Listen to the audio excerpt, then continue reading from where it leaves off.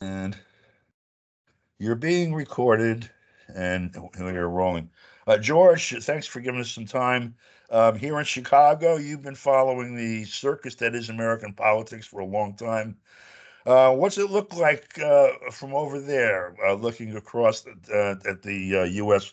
political zookery right now? Well, it's very, very bizarre because, this is supposed to be this great democracy. And what you have here is the practice of complete anti democracy. If this were any other country, the United States would be screaming at the top of its lungs about the rule by a tiny oligarchy. What we have in the Democratic Party is the rejection of the votes of, I think, 40 million Democratic voters who had shown up in the primaries. They went cold weather, they braved the elements and voted for Biden. They were told that there were no other alternatives, or the few alternatives were very unimpressive, and they selected Biden. And then, having done that, having essentially declared that they wanted to see Biden as the nominee of their party, a tiny group of people, and we don't even know who constituted that tiny group of people. We assume Nancy Pelosi was one of them. We assume Barack Obama was one of them. We don't know who else was among this tiny group of people. They decided to push aside, reject the decision of those 14 million Democratic voters and insert somebody whom nobody had voted for. She hadn't been on the ballot. I mean, she'd done very poorly in the previous election in 2020, and she dropped out in 2020 before a single vote was cast. And basically, the party was told this is going to be the nominee. She had no idea. She has no plans, no policies, no proposals. And then we have something even more bizarre, which is the media are writing these complete fictional fantasy love letters about Kamala Harris, the Kamala juggernaut, this person who's now this incredible force in American politics. And not only is she going to win, she's going to win in a landslide. The Sun Belt is in play, Texas is in play, Florida is in play, North Carolina is in play. It's like they're getting more and more ecstatic without even asking a very obvious question like, well, what's her policies on Ukraine or on Gaza? Maybe we could talk a little bit about that. Though the one plan that she came up with the other day was her economic program, which was so lousy that even her erstwhile supporters said, "Hey, are you kidding me? You're going with this? This is going to be your program? Price controls and bribing women to have children? That's how you're going to revive the economy." It's just an absolutely extraordinary thing, and then they're continuing with this fantasy world.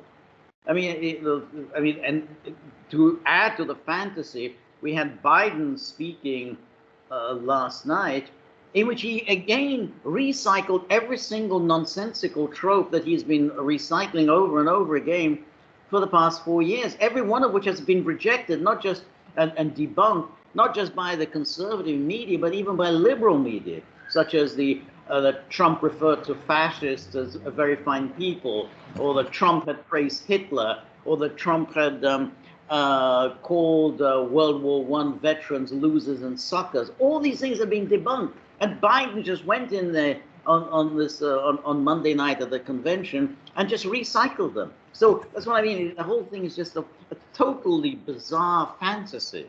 In the law and just in logic, they refer to the poison fruit of a poison tree. The American democracy, quote unquote, didn't begin with the first primary this season, of course. Mm-hmm. There was no convention at all 4 years ago. They had a basement, almost Wayne's World kind of public access TV show for a convention. And similar to that, now this is the second year in a row where there's not an actual delegate activity on the floor choosing the candidate, but rather something else substituted for it, and because of a quote unquote emergency situation. Um, when you have a party that brought in litigation as a defense to attacks on the 2016 vote of the delegates, the fact that DNC itself says we are not a public corporation, we're not a membership organization, we are a private entity, and we're allowed to run and rule ourselves the way we see fit, and the court agreeing. I don't know what else you could expect from the process. And then I'd like to look at the critique they have of people like Nicolas Maduro and Vladimir Putin election in March this past year. Other places where 150,000 signatures or 100,000, whatever it was, in Russia got you on the ballot. Right. Here, nobody could be on the ballot against Biden in the Yep. Democratic primaries. Well, that's exactly it. That they made sure that you couldn't get on the ballot. They prevented RFK Jr. to get on the ballot. They made clear that there were going to be no debates. Biden wasn't going to debate anybody, including RFK Jr. And you had basically 40 million people voted, and they've been essentially disenfranchised. Apparently it just takes a few telephone conversations between 3, 4 people to decide who will be the party nominee. Well, I mean, if they decided that Biden cannot be the nominee of the party, then why didn't they allow the party to make another choice? After all, the Biden's decrepitude had been apparent really since 2019, but they knew perfectly well, the party leaders did, that Biden wasn't up to it. That there was no way that he could serve out another 4 or 5 years in the Oval Office. They knew this, and yet they went along, uh, fueled the lie that he was as sharp as a tack. He's really on the ball, and this is the best Joe Biden, and all the rest. They fueled this lie, prevented any kind of a contest. So they make sure that no one got in the race and decide somebody, give it somebody else, which is what they did in 20. Remember, in Right. 2020, Biden was nowhere. He had absolutely collapsed in those early primaries, and then they had to rig the system to make sure that Biden got the nod, because again, Obama and the rest of them decided there's no way in the world we can win this election with Bernie Sanders at the top of the ticket, or Pete Buttigieg, or Elizabeth Warren.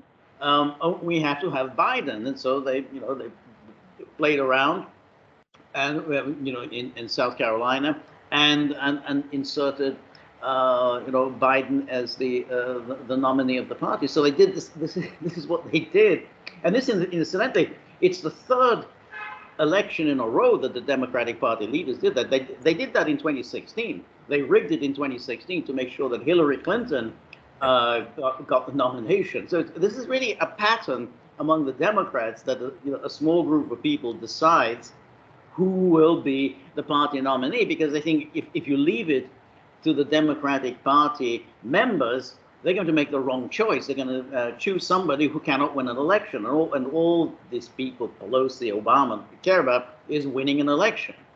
And, and essentially disenfranchising the people. The party is supposed to be theirs. This is what they're activists. They devote their lives to the party. And then basically these few leaders say, well, forget it. We decide who will be the party nominee. Yeah. Yeah. And it's really a difficult situation. You have, first of all, the political situation inside the country as a consequence of that. Um, all kinds of bizarre alliances that allow an awful lot of uh, cooperation among thieves of various stripes. Maybe is a gentle way of putting it. But you have the U.S. as a global player, and one of the global players, as a matter of fact. And now, for example, at war with Russia, and thumping its chest at China and talking about how it needs to make war there. Other places looking at the U.S. as an adversary, particularly as a belligerent in a global war. Part of the calculus is what kind of support, real deep support, is my adversarial government going to get from its people once the bombs start flying. And when they're looking at this as a method of selecting government officials, they have to be wondering if, a couple of slaps in the face in Washington will tumble. People were really surprised in 1991 when all of that stuff happened. I don't think it's impossible that they could be surprised again, and I think some of the signs are there. Well, it's a very good question. The way these various foreign policy crises are being manipulated by the Biden administration, I mean, it's the foreign policy elite, the deep state, whatever, is they're not really cluing in the people as to what they're really doing, the dangerous game that they're playing. And as long as they do that, people don't really realize how serious the situation is.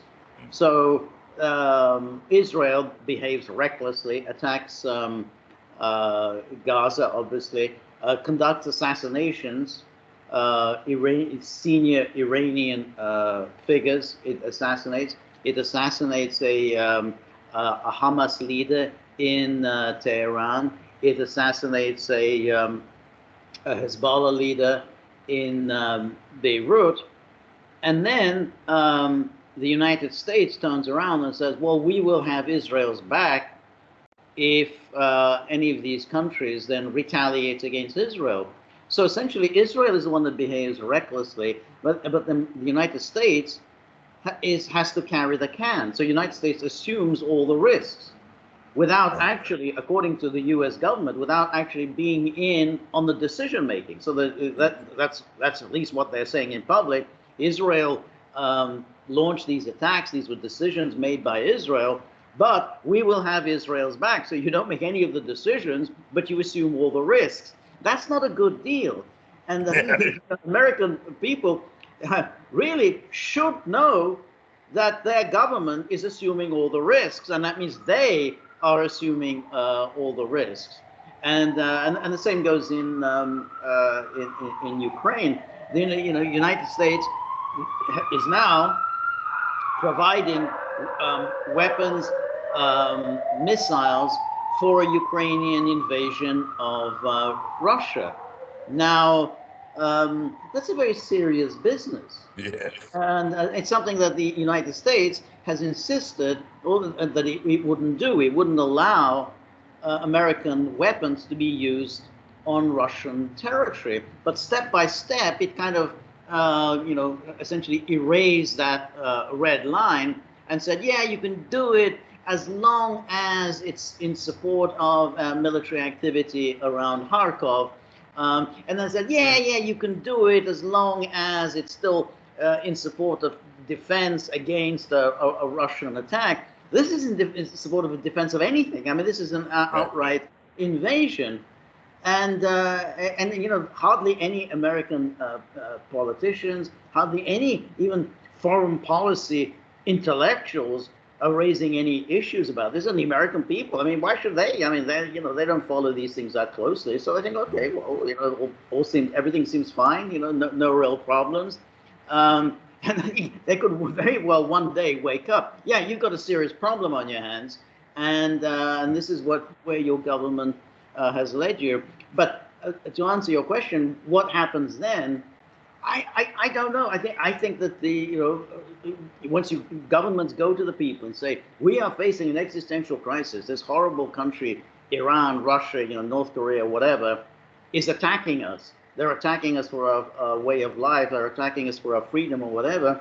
Right. Well, probably people will rally around the flag, even though they should have been paying attention to what their government had been doing.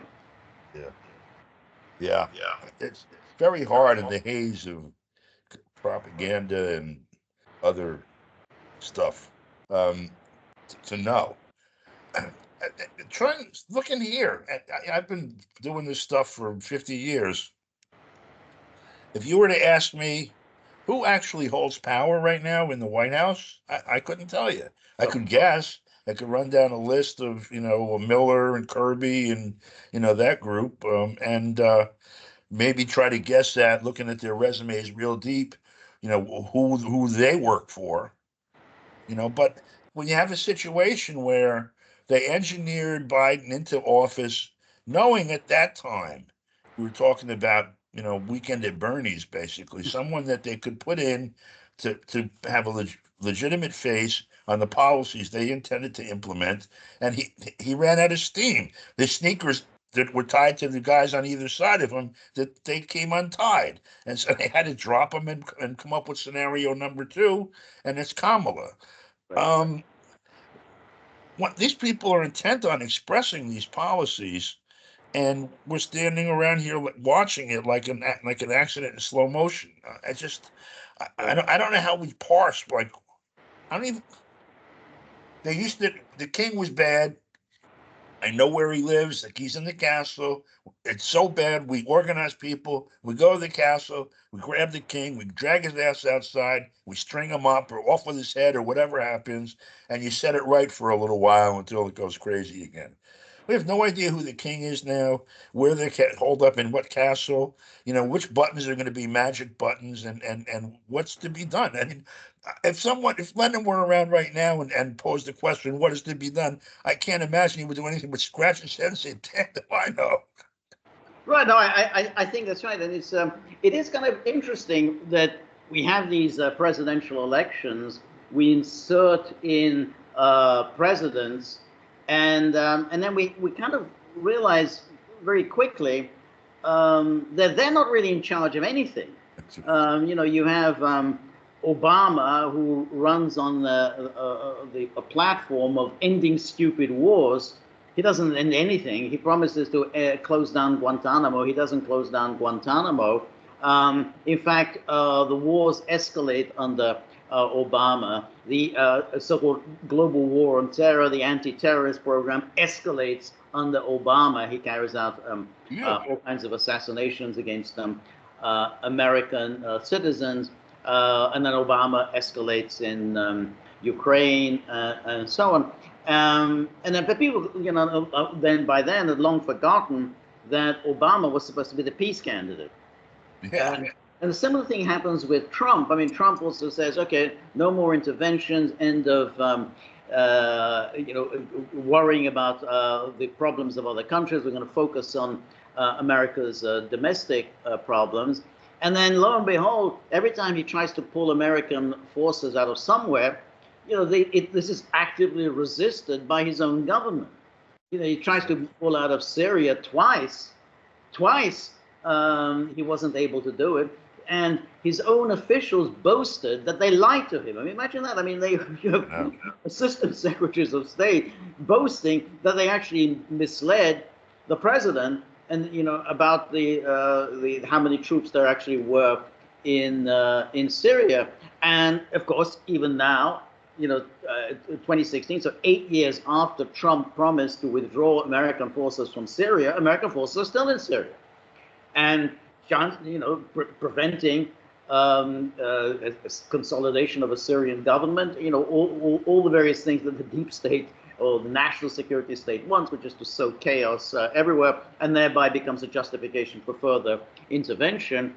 And even if we get Trump back next year, I mean, what are the odds that Trump is going to be able to achieve any of those things? Was going to pull out of Syria, pull out of Iraq, and any of these foreign interventions. I mean, even his signature policy that, I'm going to end the war in Ukraine within 24 hours. I mean, does anyone really believe that? Does anyone really believe that he will be allowed to do so? Right. That this will not be ferociously resisted within the government? That same military security bureaucracy is just going to allow the jettisoning of this war that they've been waging really in Ukraine since 2014, and that even if Trump pursued this with the kind of ruthlessness that he hasn't shown so far, but let's say he pursued it, he would be impeached. He would be impeached and removed from office. Even his allies in the Senate would vote to convict him if he tried to get out of Ukraine. I mean, Lindsey Graham, you think Lindsey Graham would stick by Trump? No, he would vote to convict Trump. Yeah. He'd be at the head of the line, as a matter of fact. He's one of the people that were there when they were at the Maidan. I mean, he was Yes, one of the exactly. cheerleaders there. Yeah, he and McCain and McCain, and yeah, what's and his name? Murphy, and the other, exactly the guy from Connecticut. Yeah, yeah, and what's her Richard, name? yeah, Amy Klobuchar. yeah, The Klobuchar, yeah, scumbag. Yeah. yep. Just finally, I'll let you go, but the um, the example that, make reference to what Trump was trying to do, if he was really trying to. I mean, we also are stuck with, we're in a position of trying to parse whether we're looking at the real or the virtual. When one of these guys says, "I'm really trying to solve these problems," is this their intent, or is this for television, and they're working cooperatively to make the policy happen? Um, Trump starts out during campaign bombast and et cetera towards North Korea, and then within a year or so, he and Kim Jong Un are going to meet, and they're going to settle the war and all of that. And then he starts to wind up towards Iran the same way. And some of us are looking at that like going, "Oh shit, we might get peace between the Right. U.S. and Iran out of this too." Right. Suddenly, there's legislation introduced in Congress, sui sponte, in each house, not from the president, but from the members of Congress. And it's passed the two houses. I think you had 535 total between Senate and House, and I think there were 507 yes, and a couple of abstentions, to remove from the president the power to undo sanctions Yeah. against Russia, against DPRK, North Yeah. Korea, and Yeah. against Iran. And Yeah. by the way, other sanctions, even if they were imposed by the president without approval of Congress. When Yeah. that happens, the New York Times starts carrying articles. Charles Blow, I remember one particular one, calling for him to be prosecuted for treason, which of course carries a death penalty. Right. And the New York Times book review features a novel where a woman fantasizes about Trump being assassinated. All this happens like within a couple of days. Holy Right. Jesus. Right. Yeah, no, I mean it's quite amazing. And then Trump is the authoritarian, Trump is the dictator, Trump is the fascist, Trump is the warmonger, Trump is the danger to peace. When we can see that the people who really went out of their way to sabotage any hopes of peace, any hopes of reconciliation, any hopes of détente between the United States and Iran, the United States and Russia, they present themselves as somehow were reasonable, and look what they did. You're absolutely right. Remember when with North Korea, Trump began the process. It had to be a process. There wasn't going to be. You're not going to just simply get North Korea to sign on the dotted line. We're going to get rid of our nuclear weapons. It's not going to happen that way. It is a process of improving relations between North Korea and the United States. The signing finally of a peace treaty between the United States and North Korea. Then we can talk about the denuclearization of the Korean Peninsula, and it has to be a mutual thing so that everyone feels secure. You can't just simply have then his own national security advisor, John Bolton, just saying, "Oh, we're just going to park a couple of trucks in North Korea and just take all the nuclear missiles out." I mean, this is idiotic. He did that because he knew this would obviously be rejected by North Korea, and that's it. That's how you do it. Same thing happened, incidentally, with when Trump went to Helsinki to meet with Putin. That could have been a turning point. That could have been a turning point in American-Russian relations. And I think Putin, looked forward to it. I think Trump was looking forward to it. That could be the basis for a slow, steady improvement of relations, which is kind of thing what happened in the 1960s and 70s. But instead, everyone piled on started demanding from Putin, oh, why did you interfere in our elections? What are you going to do, Mr.